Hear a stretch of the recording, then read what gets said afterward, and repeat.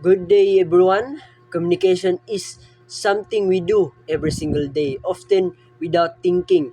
From friendly wave to a late night text message, it's how we share ideas, feelings, and informations. But communication is more than just words. It is a bridge that connects people, communities, and even entire nations.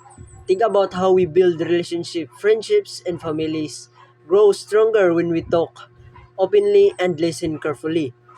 At school or at work, communications allow us to solve problems, learn new skills, and work as a team. Even in a moment of conflict, respectful conversations help us understand different viewpoints and common ground.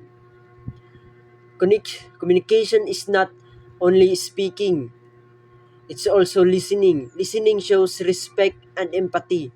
When we truly shows respect and empathy, when we when we truly listen, we don't just wait for our turn to talk. We try to understand. This simple habit can prevent misunderstanding and strengthening trust. In today's world, technology has expanded communication beyond face-to-face conversation. Social media, video calls, and instant messaging lets us reach people across the globe in seconds. That's powerful, but it also comes with responsibility.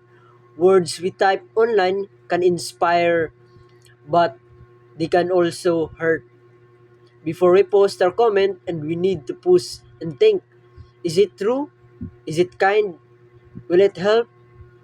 Good communication also depends on clarity, using simple, clear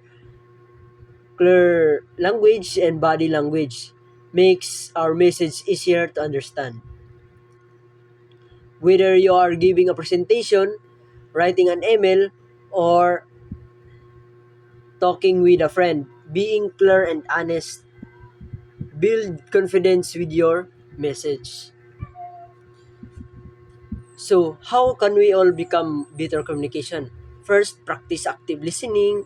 Focus on what other person is saying instead of planning your reply. Beware of non-verbal signals. Eye contact, facial expression, and postures often speak louder than words.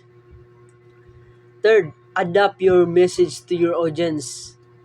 The way the way you talk to classmates may differ from how you talk to teachers or parents, and that's okay. In the end, communication is the key that opens doors to understanding, to learning, and to connection.